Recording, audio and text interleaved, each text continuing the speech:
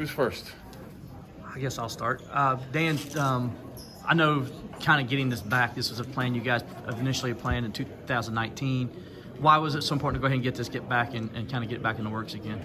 Well, after the delay last year because of COVID, it was still always right at the front of our agenda to be able to build the new West Zone Concourse Club, because we do have a great demand for the premium seats inside of Memorial Stadium, as well as the other fan amenities, including that video board that'll be new on the east side of the stadium. So the other two parts of the project, the redo of the locker room, entire bottom floor area, certainly could wait an additional year, as well as the parking lot. But we wanted to get those other two pieces out there, the Concourse Club and the video board, because we think those are going to be great enhancements to the stadium.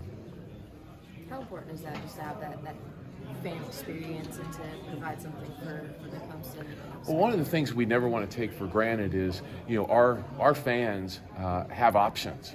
And we want to make sure that when they come to the stadium, they feel like they're getting the best value for their money, not only with the product out on the field, but the way that the whole game day atmosphere is pulled together. So that's one of the reasons why the scoreboard was so big, from the standpoint of getting that done, having that increased amenity there, as well as for those who are interested in that club experience, getting a new amount of inventory for our club patrons.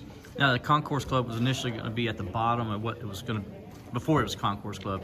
What changed that thought process? Why you guys had to move it to the Concourse? Actually, we were going to have both. Right. We were going to have something. It was always centered in the Concourse area, but we visited some opportunities down on ground level. But because of how the stadium is built and some other issues that we found in our investigation, we kind of put that off to the side and then just concentrated on the Concourse Club area.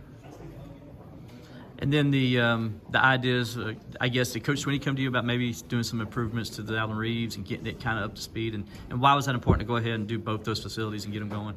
Well, there was a couple of parameters around that. Number one, because of the great work of the legislature and our ability to do those, what we call proviso projects, the under $5 million projects, we had to be able to fundraise for those, and we had to independently be able to go out and do that. And Coach has done a phenomenal job, along with IPTE, raising private dollars to do both of those expansions, the expansion off of Reeves and the expansion off of the Poe indoor. So we're excited about those. Those are going to be student-athlete centric type environments, both on the Poe with the Branding Institute and in Reeves with the wellness and sports performance areas. So really important. One of the great things that happened when Reeves was built, we left some room for expansion of the building, not knowing what might come next.